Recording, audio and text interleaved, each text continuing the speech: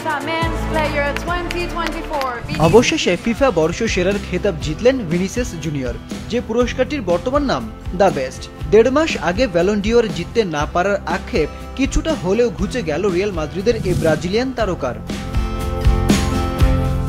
কাতারের দোহার এসপায়ার একাডেমিতে মঙ্গলবার রাতে ঘোষণা করা হয়েছে এবারের ফিফা বর্ষসেরা পুরস্কার জয়ীদের নাম।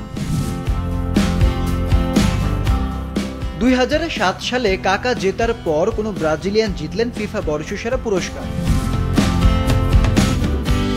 এবার ফিফা অন্তর্ভুক্ত 193টি দেশের অধিনায়ক, 196টি দেশের কোচ ও প্রতিটি দেশ থেকে একজন সাংবাদিক 3টি করে ভোট দিয়েছেন।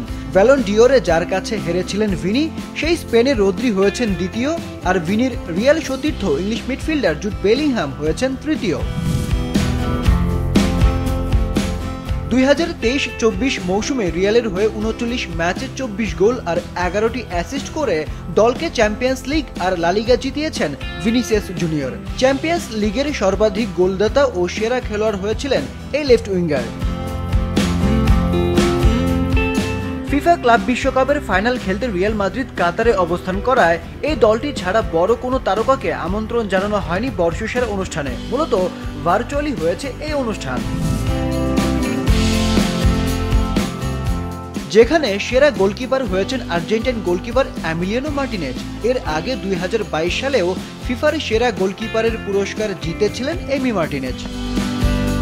রিয়াল মাদ্রিদকে লা লিগা ও চ্যাম্পিয়ন্স লিগ জিতিয়ে বর্ষসেরা কোচের পুরস্কার পেয়েছেন ভিনি এমবাপেদের গুরু কার্লো আনচেলোতি।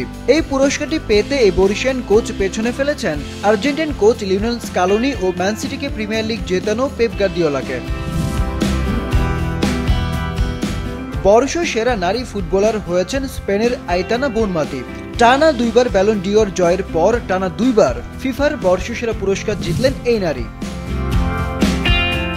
এবারই প্রথম মেয়েদের জন্য চালু হয়েছে সেরা গোলের পুরস্কার মার্তা অ্যাওয়ার্ড। মজার ব্যাপার হলো, ব্রাজিলিয়ান কিংবদন্তি ফুটবলার মার্তাই জিতেছেন তার নামে প্রবর্তন হওয়া এই পুরস্কার। আর ছেলেদের বর্ষসেরা গোলের পুরস্কার পুস্কাস অ্যাওয়ার্ড জিতেছেন ম্যানচেস্টার ইউনাইটেডের আর্জেন্টাইন ফরওয়ার্ড আলেহান্দ্রো গার্নাচো। এভারটনের বিপক্ষে দুর্দান্ত ওভারহেড কিকে গোলটি করেন তিনি।